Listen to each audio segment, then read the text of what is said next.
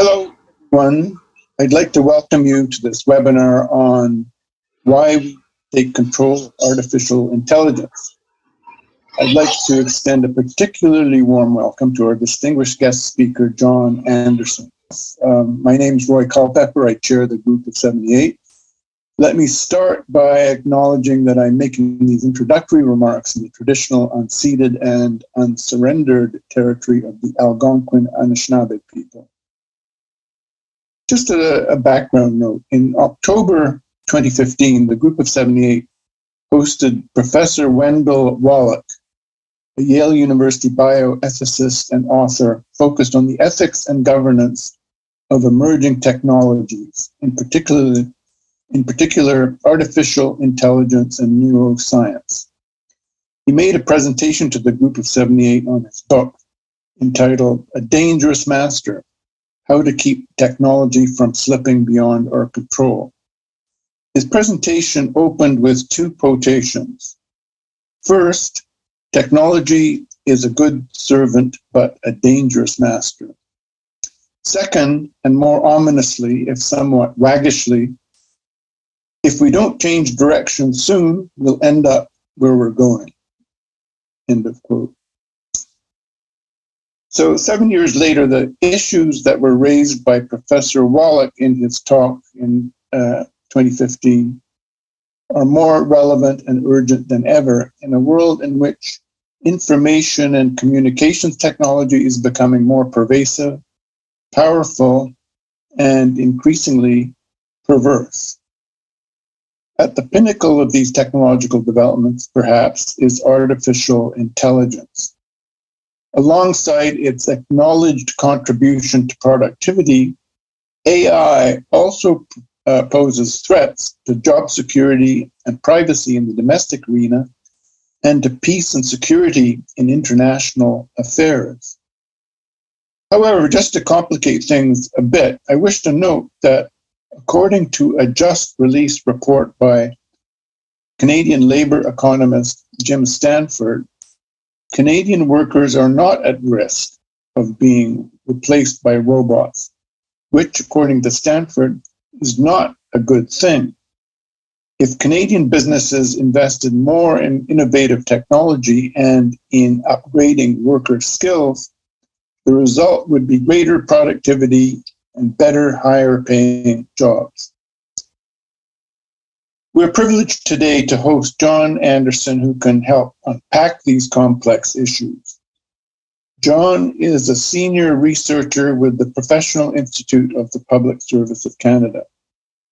He is part of the Canadian Labour Congress Task Force on Automation and Artificial Intelligence, which will present its report in the fall of this year.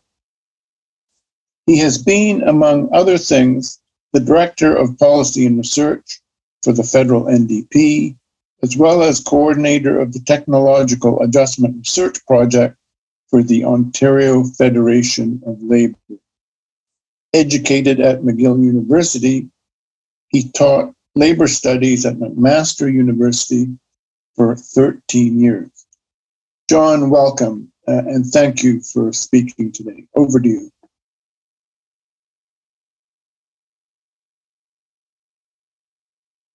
John, you're muted. Yeah. Well, thank you very much, Roy. And I'm going to start off by sharing my screen. We'll have lots of time to do questions and talk about the issues. I'm sure people have all kinds of different opinions on this, which is totally justified because it is a complex issue and it is a new issue and it is an evolving one. So I'm going to share my screen with my presentation, and I'm not going to go through all the elements on all the slides. I have them there really for my own benefits, back up if I get questions or I need more information. So here we go. I'm going to do this. I'm going to share, and I'm going to share it. Here we go. Yeah. So artificial intelligence, I'm going to talk about today. I first want to say a couple of opening remarks. The opinions here are mine alone. They're not 100% those of the organization I work for. Although I have presented for them, and I am on the CLC task force, as Roy mentioned, for them. I want to say generally that AI is not an evil, nor is it a solution to everything. Rather, it's a technology which can be used for good and for negative, depending on who uses it and how it is used. Now, AI introduction means jobs will change. It does not mean necessarily that there will be overall fewer jobs. Some jobs will be lost and new ones will be created in new fields. For our members, for example, at PIPS, many are affected by AI. Many use it successfully and even develop some of the programs of AI. But what happens to those who lose their jobs, or to communities where plants or offices close down? This is something which we've got to look at. And right now in Canada, we're in a stage of really no real regulation of AI, unlike, say, the European Union. And AI is not just about jobs in the workplace. It's about many other things, such as surveillance and cybersecurity, which we'll also get into. So to start off, let's look at the definition of AI. The Treasury Board defines it as information technology that performs tasks that would ordinarily require biological brain power to accomplish, such as making sense of spoken language, learning behaviors, or solving problems. Now, interestingly enough, Vladimir Putin in 2017 had the famous quote, "Whoever becomes the ruler of AI will become the ruler of the world." And in fact, Russia has used AI, particularly in terms of cyber offensive warfare, and has some of the people who use it in Russia have promised to use it in the current dispute with Ukraine. Machines not only do the job with AI, they can make decisions and advance processes by improving their own programming. And that's the benefit, but it's also the danger there in terms of do we control how machines are making decisions and who monitors the decisions that they make. And we know that we're in the age of surveillance capitalism, as Shoshana Zuboff has entitled it. We're monitoring at home and at work, and companies like Google, Amazon, etc., using the data that they get from you to sell and buy and produce goods and services is all present everywhere. Now, AI is present already in everyday life for people, in travel, in smartphones, in social media. What advertising you see, what you get online, really is developed by AI. You get certain products because you look for certain products. It's in your cars. It's in the music that you choose. The music programs begin to decide what music you like and present those options to you. Smart home. The way the translation is now being done more and more, even by the federal government, by machines and not by people. Home security, financial services. The big banks have begun to use financial services to decide what kind of investments you need and who's in danger of not being solvent. If we look at AI, I mean, why it's important for Canada particularly is Canada, by numerous ways of measuring it, is like number 4 in the world in terms of AI research, after US, China, UK. And in fact, when this data was crunched in a different fashion, it was seen that not only was Canada number 4, but Quebec was number 7. So because Quebec has a particular emphasis on AI research, and some of the leading researchers on AI in the world are working out of Quebec. But Canada is far ahead of many other countries that you would think would be up there, such as Germany or the Scandinavian countries. And so we're one of the leading countries in terms of AI research. Let's look at a few of the things. First of all, is the labor market. Because of the pandemic, people have been working at home, obviously. This has meant a greater use of software and new apps. But now, coming out of the pandemic, many employers see that this is one way, perhaps, to recoup some of the losses that they had during the pandemic, which were obviously very necessary.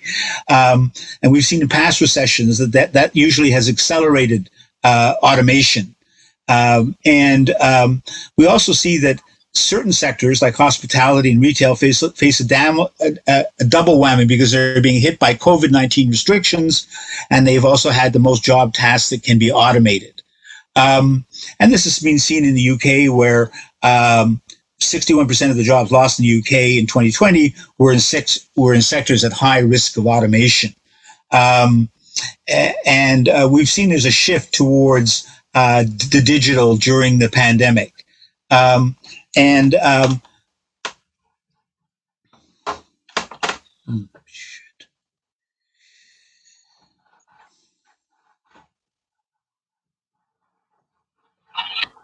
Sorry, I'm just having trouble myself shifting the slides, but that's okay.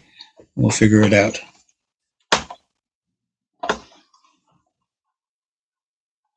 We get it here. Here we go. So we've seen particularly that the establishment economically in the world has been pushing AI, particularly coming out of the pandemic. The World Bank, Foreign Policy Journal, the Harvard Business Review, all have produced recently big articles on the need to adopt AI and why AI is a linchpin for getting out of the pandemic. It can fix everything, including healthcare, etc. One Canadian writer, Gwyn Dyer, talked about we're now in automation 3. And what was particular about AI is that it doesn't simply attack or deal with jobs which could be automated in the past, but now managerial and professional jobs for the first time can be automated. I went to a AI symposium recently in Ottawa, and one of the big suppliers was a Spanish AI law firm which automated law research. So we know that AI is going to have a deep effect on the labor market, and that workers may need to reskill or upskill in order to adapt to the reorganization of tasks. There's going to be a shift in terms of what skills are valued, and therefore technological skills here, as seen on this table, are going to be quite important, whereas physical and manual skills are going to be less important in terms of the way AI treats jobs and tasks. And it doesn't mean that whole jobs are necessarily going to be eliminated. It also means that tasks within those jobs can be eliminated. And certain occupations are going to be most exposed: lab technicians, optometrists, chemical engineers, whereas other jobs are going to be massage therapists, archaeologists are going to be probably least exposed. So what sectors are going to be hit hard? As I mentioned, some sectors are going to be very hit hard. And a friend of mine who worked for the Teamsters talked about how trucking, rail, and warehousing, which were the 3 big areas where the Teamsters have hundreds of thousands of members across North America, are all sectors which are going to be hit hard through artificial intelligence and the way that warehouses are run now, and in the future, the way that trucks, long-distance trucking, is going to be handled probably more and more through driverless vehicles. We've also seen what was Jim Stanford talked about Canada. We're not doing too much about robots. In general, robots use has been soaring in the USA. Orders for manufacturing robots were up 64% in 2020, and all kinds of different areas are still using using robots here. And Canada is quite far down the list here compared to countries like Korea, Singapore, Japan, Germany, where robot density, which is per 100,000 workers, is quite high. It's estimated in the U.S. that a large number of workers can be replaced through robots recently, and that right now, coming out of the pandemic, more and more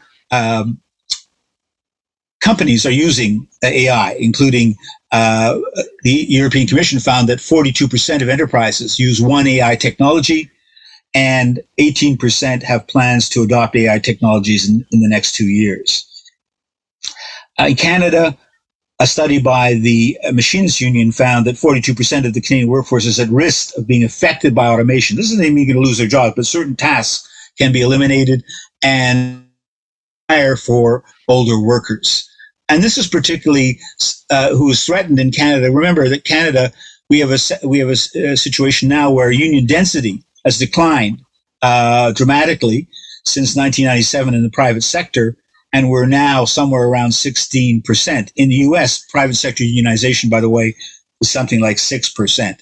Although we see some interesting positive signs with Starbucks and Apple recently, and Amazon in the United States in terms of new unionization drives.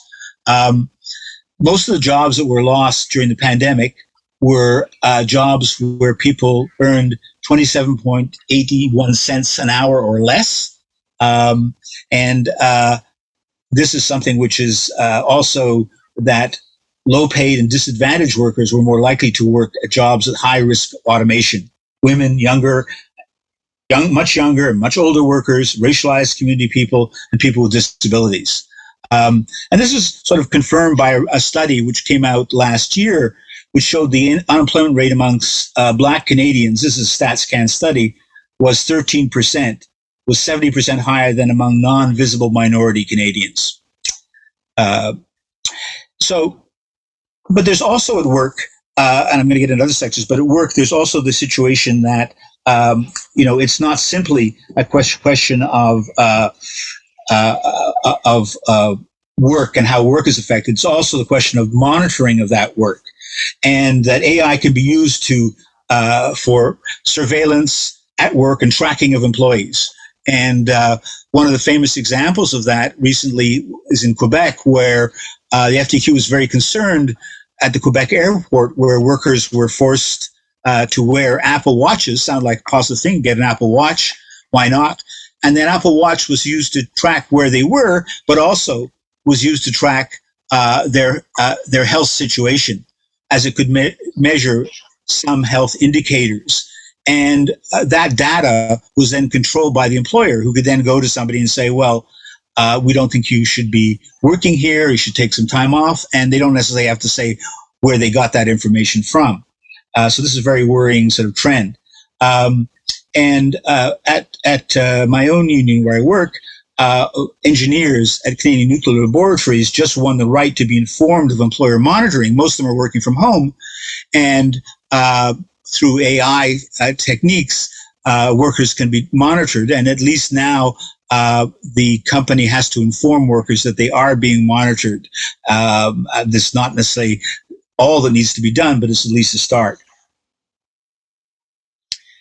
There's a task force on, as was mentioned by Roy, which is going to come out in 2022, and the CLC is doing a major study on the effects of AI and new forms of automation.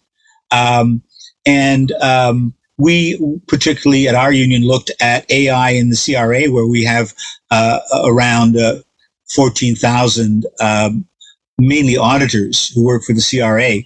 And at the pilot projects that the CRA is introducing, and our members are quite worried because that it's not simply the projects, but it's also the fact that that has allowed CRA to use consultancy firms to work there with no end in sight. How long are they going to work there?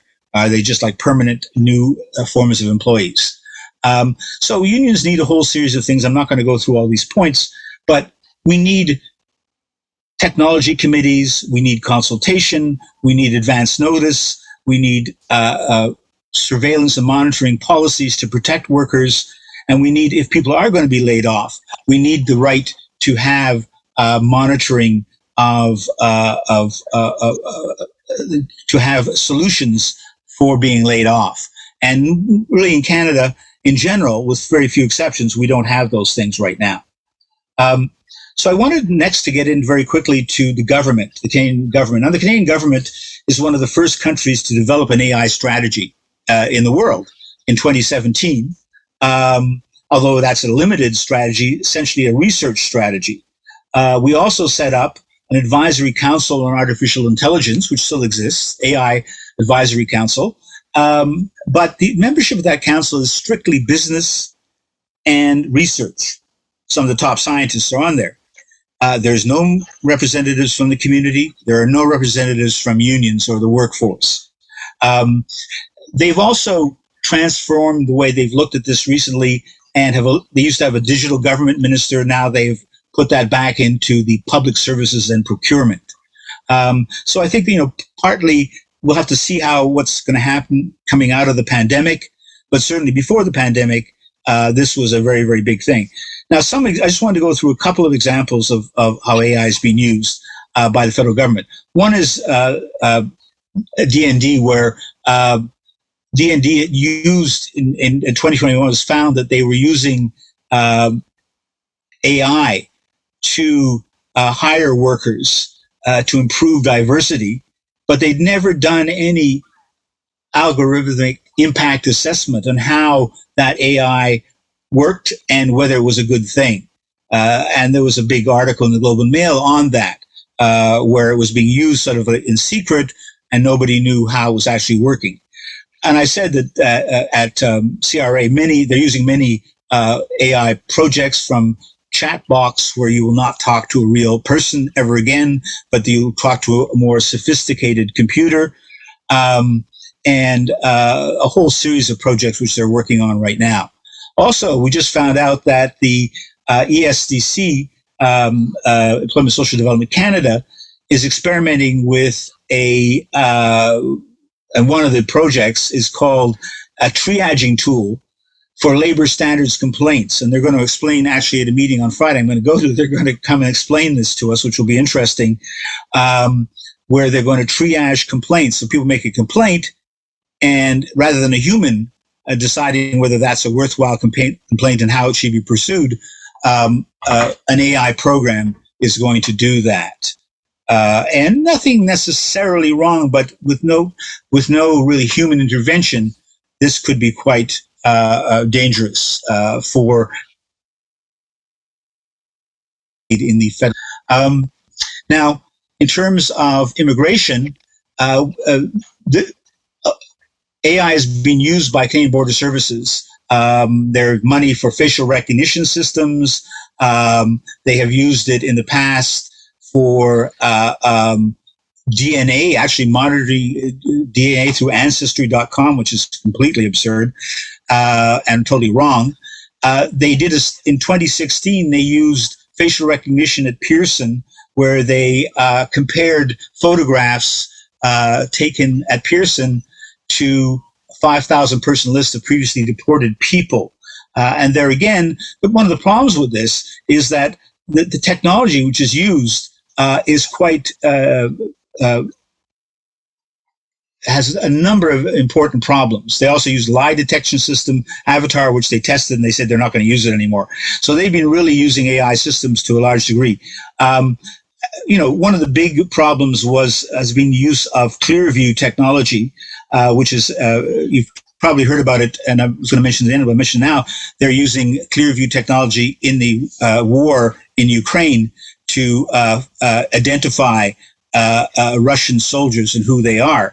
But Clearview has taken billions of photographs off the internet, and they use that to identify people in terms of mass surveillance. And actually 48 police departments, including the RCMP, were using this in Canada. There were major complaints from the privacy commissioner and from many provincial privacy commissioners, and that's finally been stopped in Canada.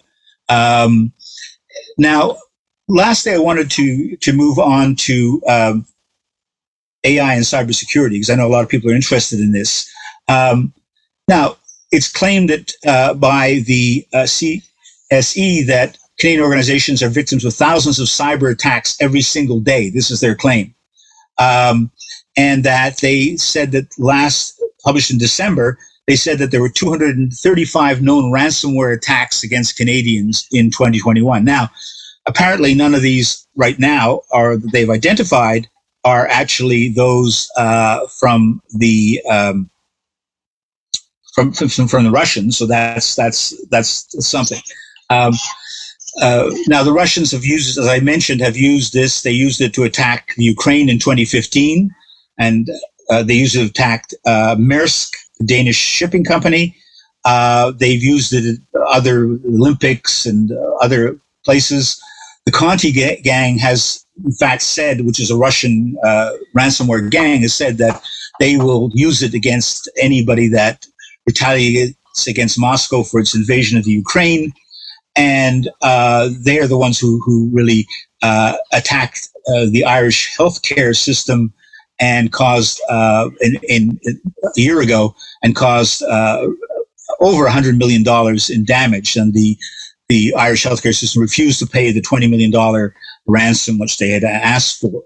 Now, the Canadian government has implemented a national cybersecurity strategy, but really in the last budget in 2022, they've pumped in a lot of money, like $1 billion into cybersecurity, because I think Canada is very worried about, given our increasing involvement in the Ukraine, what that means in terms of possible serious cybersecurity attacks. I mentioned that, so I'm not going to go into that. So finally, in terms of research, Canada has spent a lot of money on research.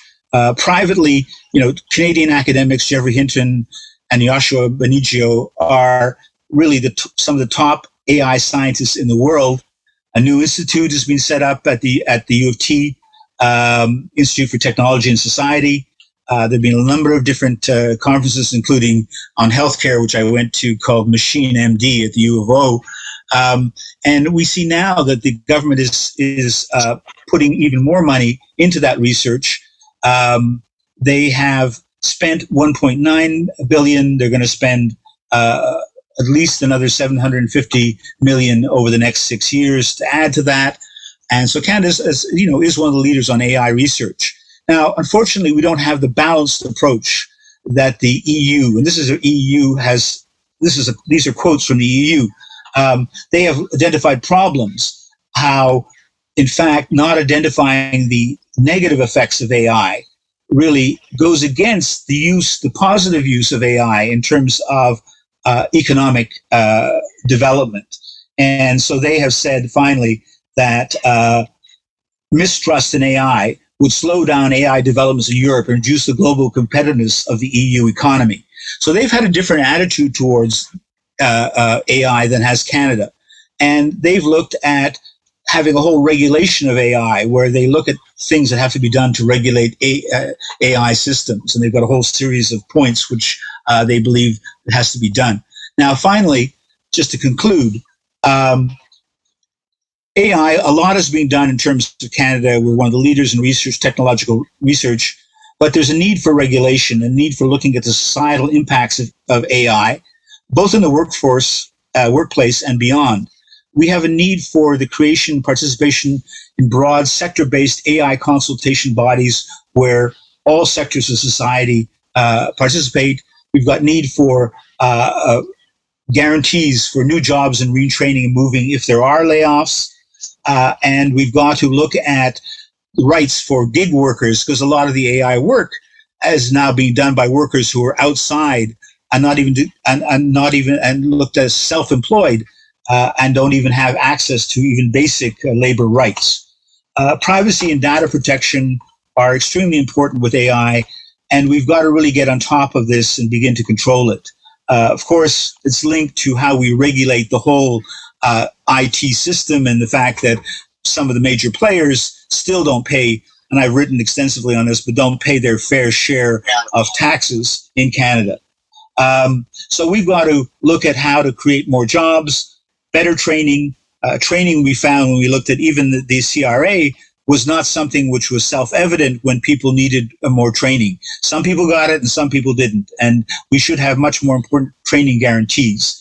So we need to have higher minimum wages and basic income. They're all possibility of dealing with people who are in situations where AIs come in and their jobs are going to be infected, and we've got to be able to deal with them. So I think that AI can be a useful tool for economic development, but it has to be regulated.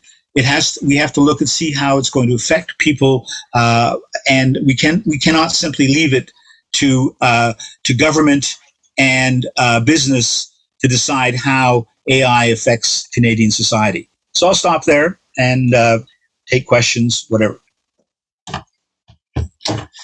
Stop this sharing and this slideshow here. Well, thank you so much, John. You covered a lot of territory there, a lot of material to think about and reflect on.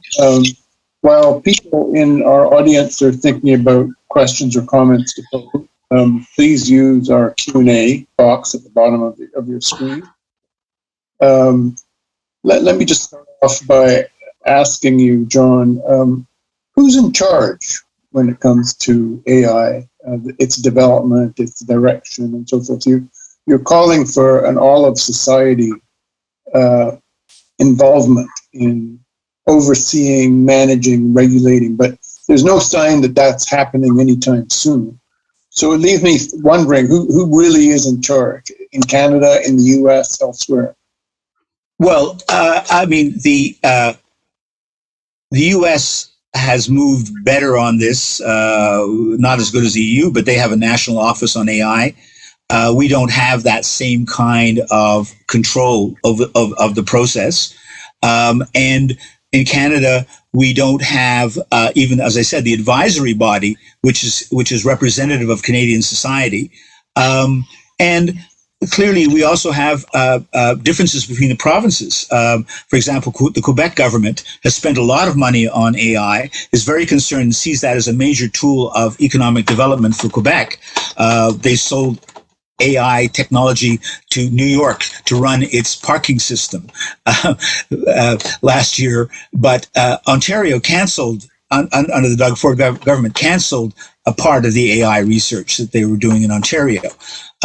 So different provinces have different views on that, and that also needs to be coordinated, because this is something which affects everybody, and we've got to have at least a monitoring system that tells us what is happening, and as exists in the EU. In the EU, they have a rigorous monitoring system where are AI systems being used and how are they being used. So we need to bring in things like that, and I think that we can give people a few months at the federal government to recover from the pandemic, or at least to begin to reorient how they're going to deal with AI in the future. They seem to be on a track for developing things, but I think that the pandemic really made it so that they did not really continue on the same track as they were before, and with new ministers and new ways of organizing the government, even in terms of how it was organized inside of the government. We have a situation, as I've said, where different departments are using AI in different fashions, and it's mainly the Globe and Mail and other newspapers which are keeping track of what's happening. And this is certainly not the way we should be running AI policy. Let me just add to that. Well, people are just logging in with questions now. Do you expect the CLC task force report that's coming out in the fall to address some of these broader issues? Will there be recommendations about the governance of AI? Well, I mean, it's I hope so, and I mean that's certainly one of the aims that we have, is to be able to introduce new ways of looking at regulation of AI, particularly as it affects the Canadian workforce. And I don't know how much we're going to get into some of the other areas, but certainly as far as surveillance and monitoring, because that directly affects workers, that's certainly going to be in there. But as we said, we know that there are whole other aspects of AI and cybersecurity, like we don't know, Canadians don't know how safe is our electrical grid from cybersecurity attacks. We have no idea, because nobody's actually openly telling us what's happening around that. So we've got to get on to looking at these things much more openly. And this is the way that a lot of things are going to be developing, both in terms of the workforce and outside of the workforce, in terms of monitoring and surveillance, then we've got to know what's happening, and the Canadian public has a right to know.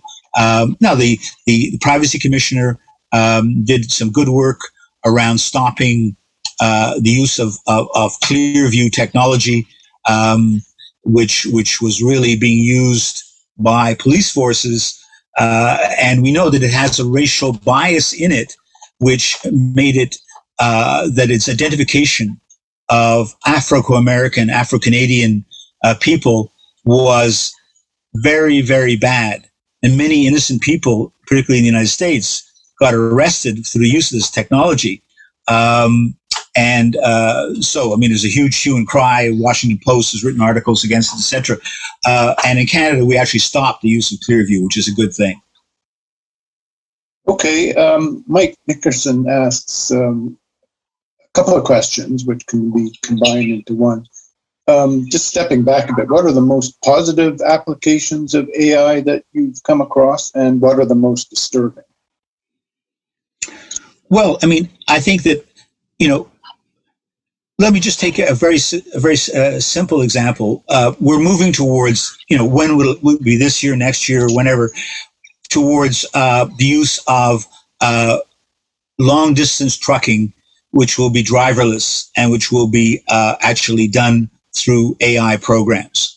Now, to me, that is a great idea. I don't see the benefit of having thousands of drivers driving on the 401 between Montreal and Toronto, or Toronto and Ottawa, every day, day and night, when this could be done. Well, it should be done by train as well, but it also could be done through driverless trucks. But the point is, that's a positive. To me, that's not necessarily a bad thing. But what is bad is what happens to those people. What happens to truck drivers? They're not going to, we can't simply say, okay, we're going to retrain them as computer programmers. And there are hundreds of thousands of long distance truckers in Canada.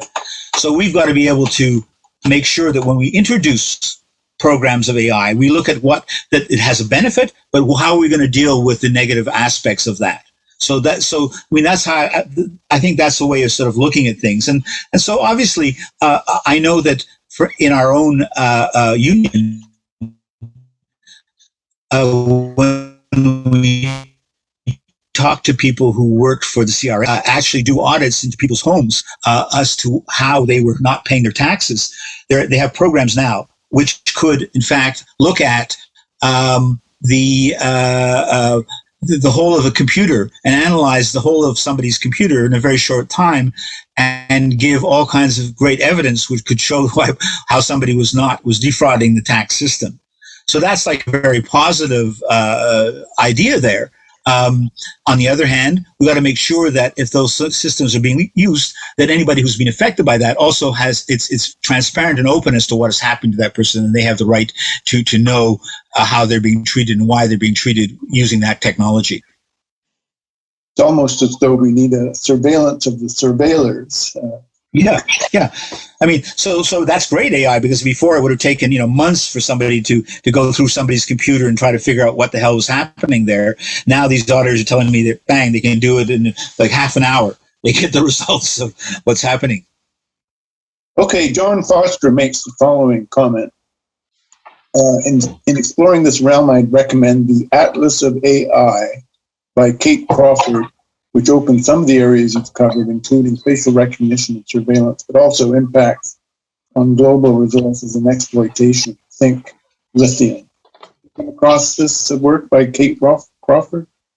I've heard about it, and I have not. I mean, there's so many. I've got all kinds of books on AI and documents. I'm not particularly familiar with that one, but I would say that, I mean, this is a subject which is being written about, by many authors. It's something which is very important, and I like John's point about the question of actually, AI is being seen by many as a form of colonialism, another new form of colonialism, because, of course, the resources and where the countries which are doing the high-end research in AI are mostly countries in the developed world, or whatever you want to call it, Europe and North America, etc., Japan.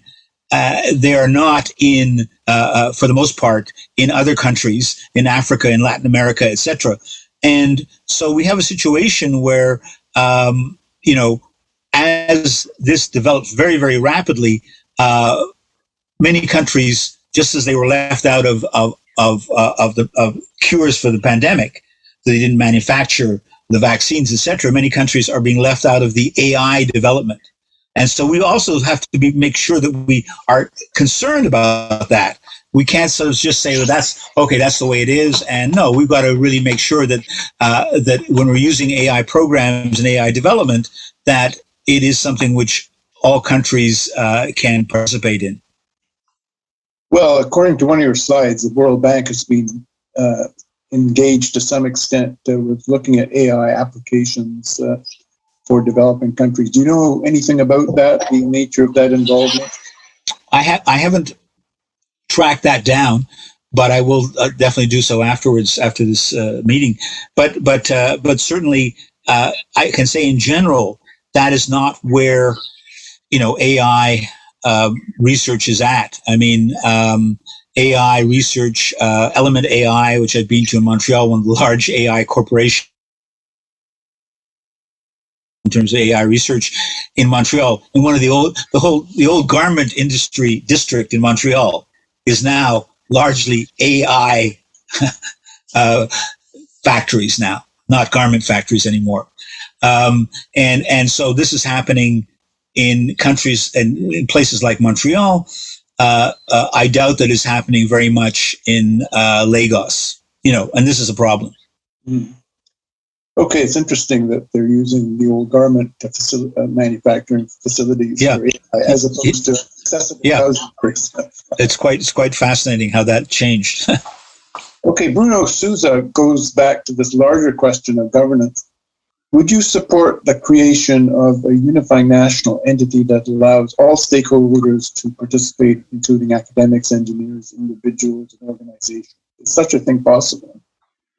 Well, I think there are two things. One is like the consultation bodies should be national ones, provincial, and also sectoral. In sectors which are really have a lot of AI development, there should be bodies in those sectors, which then look at how people are being affected by them. So if we're going to, for example, introduce, as we are, using more and more AI in terms of there should be a national body, but there also should be sectors, and also inside of the government, I would say the same thing. I mean, inside of the CRA, if they're going to use a lot of AI, when you call up, they should have a body which includes both CRA management, but also unions and also taxpayers who are on there and are able to see what is happening. So we need various forms of consultative bodies, as well as the development of regulations through the government, the usual way that we do it.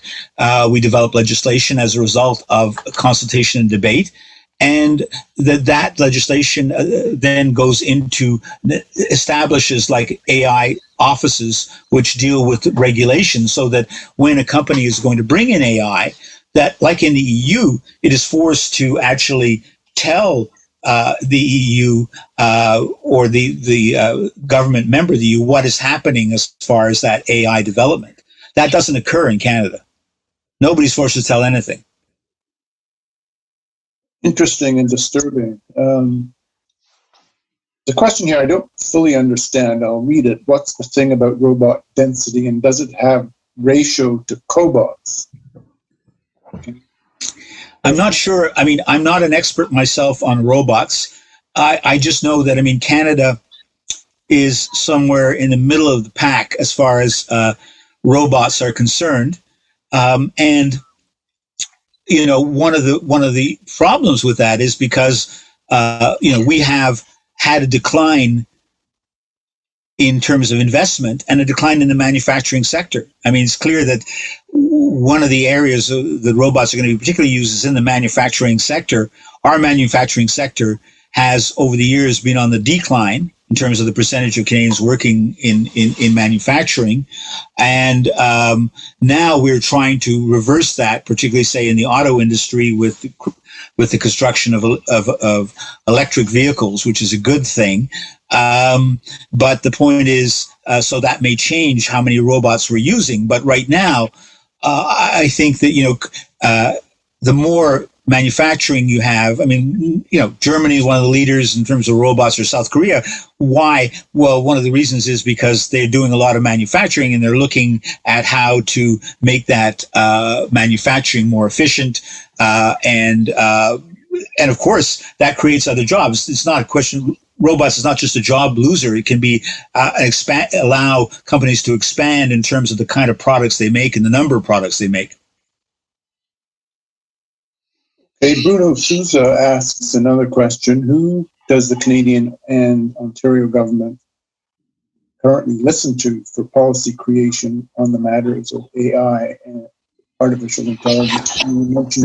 Well, I mean, the AI advisory committee at the federal level is co-chaired by a vice president of the Royal Bank and Joshua Benigio, who's one of the foremost worldwide AI scientists based in Montreal. So that's not necessarily a bad thing that they're getting some. There's a whole committee which has a lot of those people on there. They're listening to that committee, but missing from that committee is both representatives of the workforce and representatives of the community. So we don't have how they're being affected by AI. And, I think that's quite important. So they're listening to some people, but not others. And that's a problem.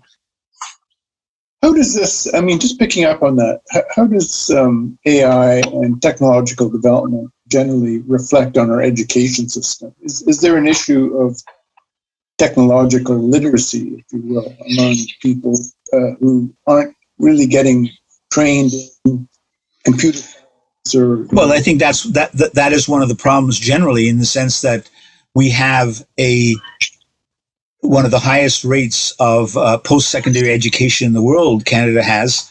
That's very well known.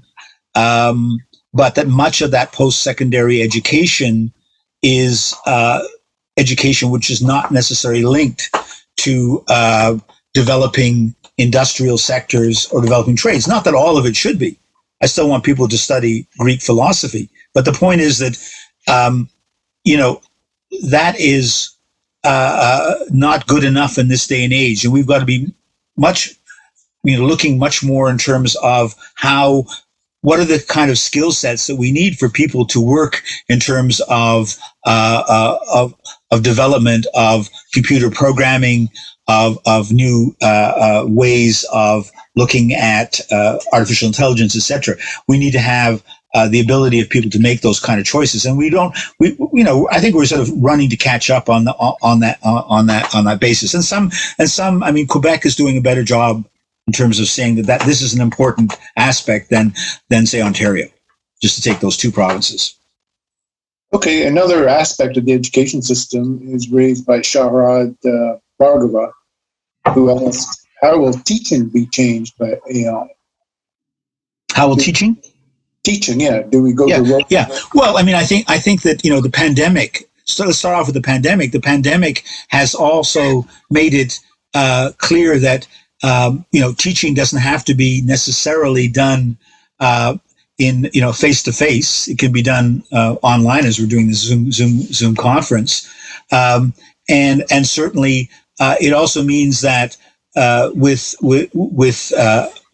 artificial intelligence and computer programming, we can also deliver courses to people in a much more open way. In other words, that part of the idea that you could only get university education, which still exists in Canada, if you pay a lot of money to do it. And now some provinces are cheaper than others, but still, we now have the computer skills to be able to deliver courses, so that it should be possible for anybody to take education, to learn, to get a degree, I think, I mean, I wrote the initial policy on the CLC on education, calling for free university education. So I'm just going on in that.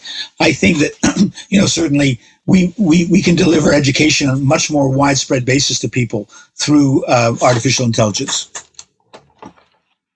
Here's an interesting question. We've been sort of touching on the issue of CRA and taxing.